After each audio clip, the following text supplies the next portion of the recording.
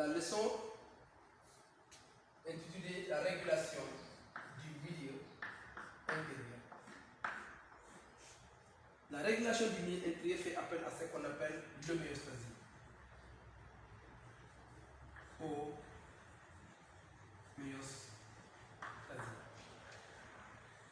L'homéostasie est un facteur, est un processus au cours de laquelle des ions sont tamponnés pour garantir ou bien pour stabiliser la variation du pH autour de 7,4. Le pH est la valeur standard nous permettant d'observer l'ensemble des modifications qui s'effectuent au sein de notre milieu intérieur.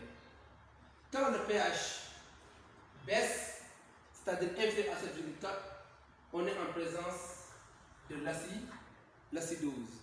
Et qui entend l'acidose sous-entend naturellement il y a la forte concentration des ions acides. Et ceci entraîne une diminution du pH. L'acidose fait appel à deux éléments. On a ce qu'on appelle l'acidose métabolique et l'acidose respiratoire.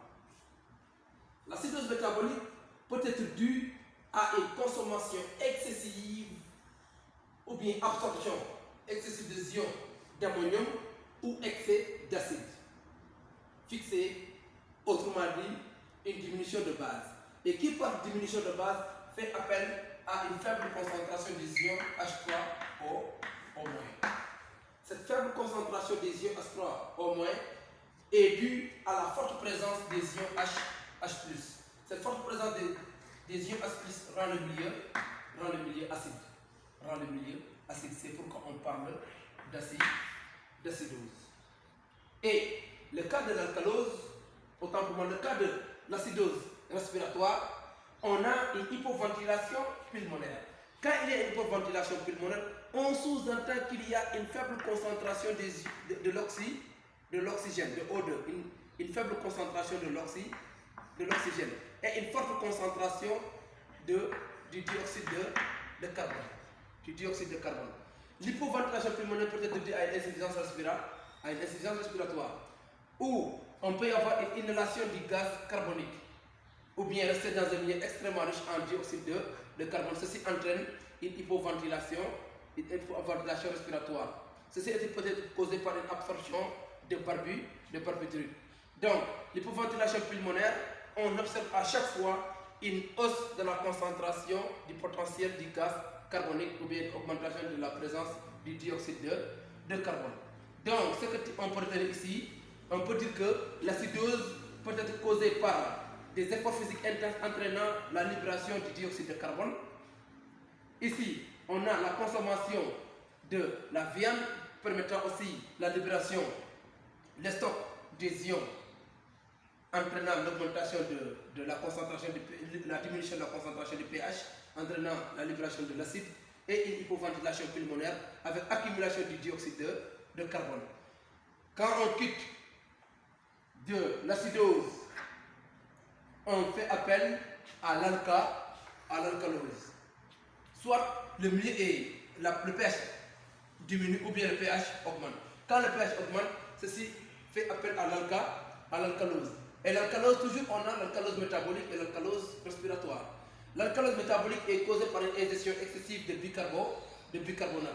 La consommation excessive ou ingestion excessive des ions bicarbonate entraîne une augmentation de la concentration des ions bicarbonate et une diminution de la concentration de H+.